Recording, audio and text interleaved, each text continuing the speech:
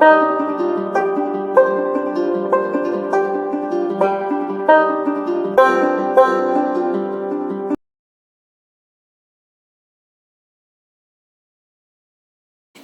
सदस्यांचं मनापासून स्वागत. मी पूर्वा धारप. सर्वांना माझा सविनय नमस्कार. कार्यक्रमाच्या पुढच्या भागाकडे आपण वळतो आहोत आणि त्यासाठी मी आमंत्रित करते आहे विश्राम कुलकर्णी या. विश्राम कुलकर्णी सर कुठे आहेत?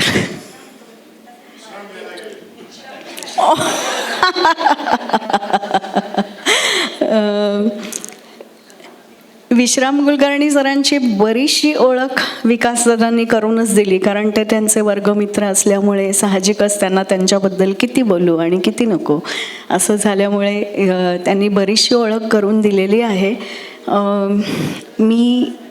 मला असं वाटतं मी थांबावं ते येईपर्यंत, कारण माणूस समोर असताना त्याची ओळख करून देणं हे जास्त संयुक्तिक वाटतं मला. त्यामुळे आपण 1 मिनिटभर थांबूयात आणि थोडंसं सांगते आपल्याला सगळ्यांना. इचलकरंजी इथं वास्तव्यास असलेले विश्राम सर व्यवसायाने चार्टर्ड अकाउंटंट आहेत. शालेय शिक्षण त्यांचं कोल्हापूर आणि इचलकरंजी येथे आणि आत्ताच विकास सरांनी मेन्शन केल्याप्रमाणे त्यांचे वर्गमित्र विकास सर, कृष्णा दिवटे सर हे सगळे त्यांचे वर्गमित्र आहेत. इचलकरंजीतील 50व्या साहित्य संमेलनातील कवी संमेलनात नादो महानोर यांच्या काव्यवाचनानं प्रभावित होऊन कविता वाचनाची आवड त्यांच्या मनामध्ये निर्माण झाली. पण त्यांचं वाचन हे त्यांच्या म्हणण्याप्रमाणे स्वांत सुखाय आहे, पण ते आज आपल्यासाठी सादरही करणार आहेत. त्याशिवाय इतर वाचन, खेळ, फिटनेस हे आवडीचे विषय आहेत त्यांचे. आपण प्रत्येक गोष्टीचा आस्वाद घेत राहावं आणि आनंदी राहावं आणि शक्यतो इतरांनाही आनंदीच ठेवावं किंवा आनंद द्यावा या भावनेतून त्यांचं सध्याचं मार्गक्रमण चालू आहे असं ते म्हणतात. आज आपल्यासमोर कविवर्य महानोरांच्या कविता, ग्रेस यांच्या कवितेवर थोडासा कटाक्ष आणि वैभव जोशी यांच्या कविता ते सादर करणार आहेत. विश्राम कुलकर्णी. धन्यवाद. अलीकडेच सामील झालेला असून सुद्धा मला संयोजकाने इथं कविता सादर करायची संधी दिली त्याबद्दल पहिल्यांदा त्यांचे धन्यवाद. आम्ही आमच्या मगाशी विकासने सांगितलं त्याप्रमाणे आमच्या ग्रुपमध्ये दरवर्षी आम्ही भेटतो, तिथं मी कविता सादर करतो आणि ती कविता कधीच आत्तापर्यंत मी कुठला कागद घेऊन सादर केली नाही, म्हणजे पाठ असलेली. पण आत्ता कसं आहे, माझी अशी परिस्थिती झाली आहे की मला ते येत असलेलं विसरतं आहे काय असं वाटायला लागले. आणि ते एखाद्या विद्यार्थ्याला हेडमास्टरसमोर उभं केलं ना आणि काय पाठ केलेस म्हटलं की तू सगळं विसरतो, तशी काय. त्यामुळं मी टिप्पण करून आणले. त्यामुळे तिथं बघीनसुद्धा जेव्हा लागेल तिथं. आणि त्यांनी सांगितल्याप्रमाणे महानोरांची कविता 74 साली जे साहित्य संमेलन झालं तिथं त्यांनी सादर केली आणि ज्याची आवड सुरू झाली ती त्यांनी ज्या पद्धतीनं सादर केली त्या पद्धतीनं प्रयत्न करतो. त्यानंतर ग्रेसवर अक्षरशः थोडासा कटाक्ष, कारण ग्रेस हा विषय फार मोठा आहे. जर ग्रेस विषय घेतला तर एक संमेलन करावं लागेल, इतका मोठा आहे. आणि वैभव जोशी अशी एक कविता त्यांनी दिलेल्या वेळात पूर्ण करायचा प्रयत्न करू. फुलात न्हाली पहाट ओली क्षितिजावरती चंद्र झुले. फुलात न्हाली पहाट ओली क्षितिजावरती चंद्र झुले. नभात भिजल्या केशरियांचे रंग फुलावर ओघळले. रंग फुलावर ओघळताना असे जुईला लदबदले. रंग फुलावर ओघळताना असे जुईला लदबदले. गालावरचे निळे गोंदणे पदराभोवती घुटमळले. निळ्या तिच्या डोळ्यात कथाई, निळ्या तिच्या डोळ्यात कथाई कुणा कुणाच्या आठवणी. एक झोपडी साक्षी मधली करीत बसली साठवणी. अशी झोपडी बोल घेवडी, अशी झोपडी बोल घेवडी पांथस्थांचा पाय आडे. दाट जोंधळ्या रानामधला हुरडा पाहून भूल पडे. आज तिने कुठल्या सजणाला, आज तिने कुठल्या सजणाला दूर नभातुने बोलविले. भरात येऊन नग्न शरीरी उघड्यावरती भोग दिले. काचोळीची गाठ सावरीत हळू तयाला सांगितले. तिची या पोटी 5 घडीचे लख चांदणे अवघडले. फुलात न्हाली पहाट ओळी कळीत केशर साकळते. फुलात न्हाली पहाट ओली कळीत केशर साकळते. आणि गंधवतीच्या मनात राजस एक पाखरू भिरभिरते. आता ग्रेसवर कटाक्ष करायचं म्हणजे ग्रेस म्हणायचे, मी महाकवी दुःखांचा, मी महाकवी दुःखाचा प्राचीन नदी परी खोल. दगडाचे माझ्या हाती वेगाने होते फूल. असं म्हणणारा महाकवी. ग्रेस वाचायचा म्हणजे तो दुर्बोध आहे असं म्हणणाऱ्यांची संख्या पण भरपूर आहे आणि तो समजला आहे म्हणणाऱ्यांची संख्यासुद्धा आहे. माझं असं आहे, मी ग्रेस वाचत जातो. हिप्नोटाईज झाल्यासारखं होतं. ग्रेसचे लेख वाचा किंवा कविता वाचा. संमोहित अवस्था जी होती ना, त्यातला आनंद घ्यायचा, अर्थाच्या मागं लागायचंच नाही. तर त्याच्या वेगवेगळ्या कवितातले एखादी ओळ पहिल्यांदा ऐकवतो, नंतर एक छोटीशी कविता. पाऊस कधीचा पडतो झाडाची हलती पाने.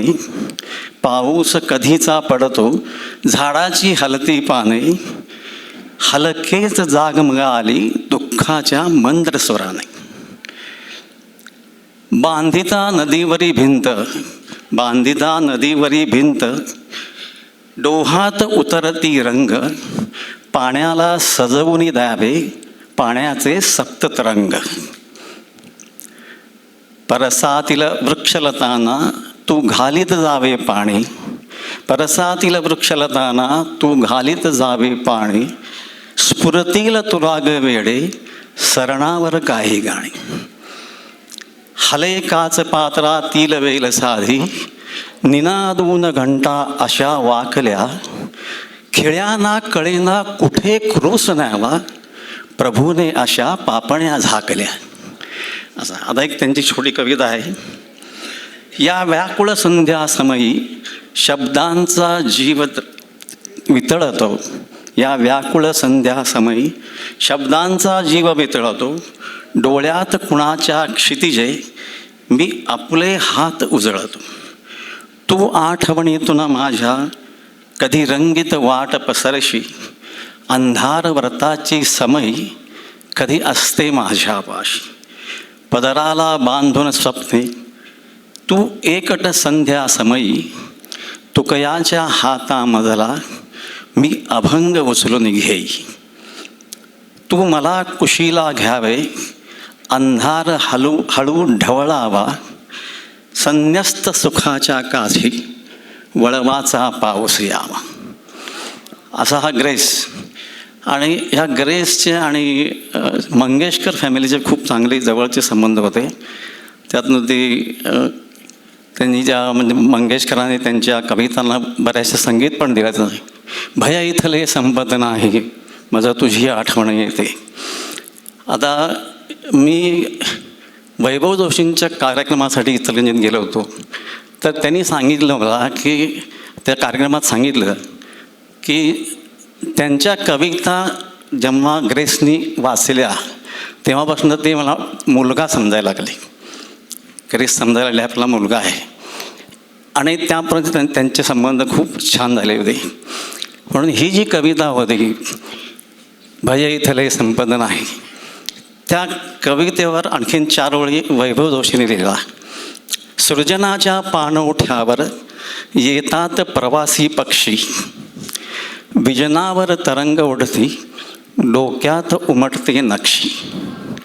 सुख विधवा होते माझे आणि दुःख सवाशिण होते.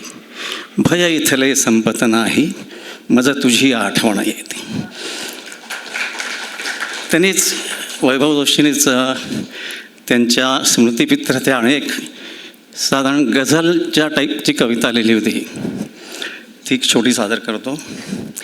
तो प्रहर केशरी होता, मन सांज वयाचे होते. तो प्रहर केशरी होता, मन सांज वयाचे होते. पाण्यात उतरले माझ्या, ते ऊन कुणाचे होते. कोणाशी बोलत होता, उंबरा निरंतर माझा. कोणाशी बोलत होता, उंबरा निरंतर माझा. चाहूल व्यथेची होते, आभास फुकाचे होते. खिडकीच्या काचेवरती ओघळले हळवे गाणे. खिडकीच्या काचेवरती ओघळले हळवे गाणे.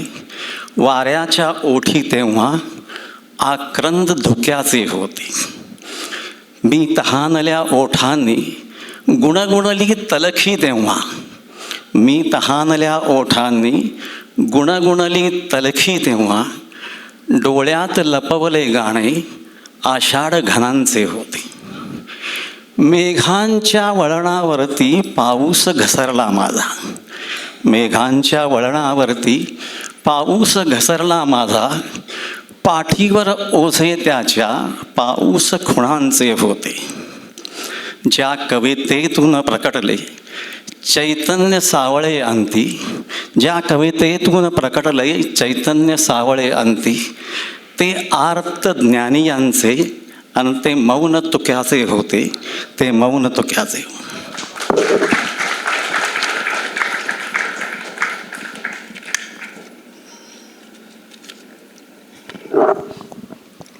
आता एक वैभव जोशींची जे खालकी फुलकी कविता आहे. प्रसंग असा आहे, IIT काम करणारी काही मुलं आहेत, नवीन 7 आकडी पगार घेणारी, डोक्यावर कामाचा ताण असलेली आणि काम संपल्यावर जाताना आठवड्यातनं 1-2दा तरी कुठंतरी बारमध्ये बसणारी.